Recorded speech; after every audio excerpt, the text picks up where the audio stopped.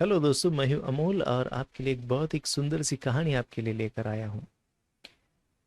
कहानी का शीर्षक है डमरू कभी भी बज सकता है। हुआ ऐसे कि एक बार किसान और इंद्रदेव के बीच में कुछ हो गया और जिसकी वजह से इंद्रदेव नाराज हो गए। और इंद्रदेव ने कहा कि आज के बाद 12 साल तक बारिश नहीं होने वाली है, आप फसल नहीं उगा पाओगे। तो सभी किसान जो है गिड़गिड़ाने लगे, तो उन्होंने कह दिया कि एक बात हो सकती है, अगर शिवजी के डमरू की आवाज सुने, शिवजी ने अगर डमरू बजाया तो बारिश हो सकती है। इसके पहले कि किसान शिवजी के पास जाए, इंद्रदेव शिवजी के पास गए और उन्होंने कह दिया कि आपके पास अगर कोई आए और कहे कि कृपया डमरू बजाए, तो कह देना कि 12 साल तक ये डमरू नहीं बजेगा। वैसे ही हुआ।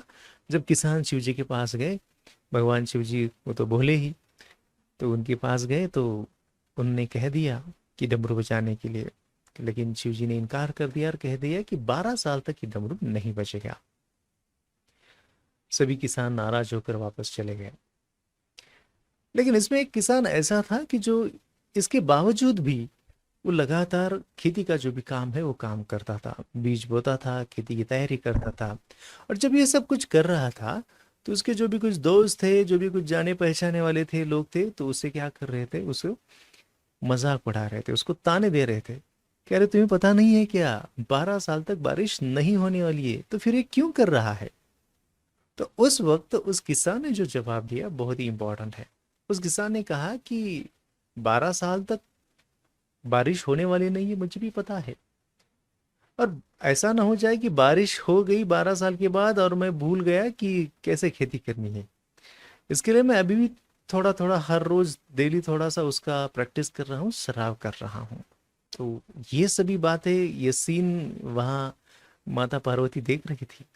माता पार्वती को बहुत अच्छा लगा। तो माता पार्वती शिव जी के पास गए और उन्होंने कहा कि हो सकता है कि 12 साल के बाद अगर डमरू बजाना भूल गए तो शिव जी को ये बहुत अच्छा लगा। तो शिव जी ने कहा कि हाँ, ये ऐसा हो सकता है, चलो एक बार मैं डमरू बजा करके देख लेता हूँ। और वहां पर शिव जी ने डमरू बजाया। और जैसे डमरू बजाया तो बारिश तो होने ही वाली थी। बारिश गिर गई। बारिश गिरने की वजह से जिस किसान ने पूरी तरीके से वहां पर खेती की तैयारी की थी, वहां पर बीज बोए थे, वहां पर उस किसान के लिए भरपूर फसल मिल गया। और बाकी जिन्होंने कुछ भी नहीं तैयारी की थी, हो सकता है कि उनको वहां पर कुछ भी नहीं मिला, वहां पर उनको पछतावा मिला। ये लॉकडाउन तो 2 साल में या 2 दिन में या 2 महीने तक या दो दो वीक के बाद खुल सकता है। उसके बाद तो जो भी सभी जो बातें हैं वो नहीं ही वाली है। लेकिन क्या उसके लिए हम तैयार हैं? अगर हम उसके लिए तैयार होना जरूरी लगता है, तो हमारे लिए हर रोज थोड़ा थोड़ा प्रैक्टिस करना जरूरी है। तो इस लॉकडाउन के दरमियान जो भी कुछ हमारे अंदर स्किल्स रहेंगे, जो भी हमारे अंदर क्वालिटी रहेंगे, तो उन क्वालिटी को बढ़ा सकते हैं। उन स्किल को हम और भी शार्पन कर सकते हैं, ताकि जब इम्तिहान आएगा, जब एग्जाम आएगी, तब उस वक्त उस टूल का, उस क्वालिटीज का हम इस्तेमाल कर सकते हैं और आसानी से हमारे जिंदगी में आगे बढ़ सकते हैं।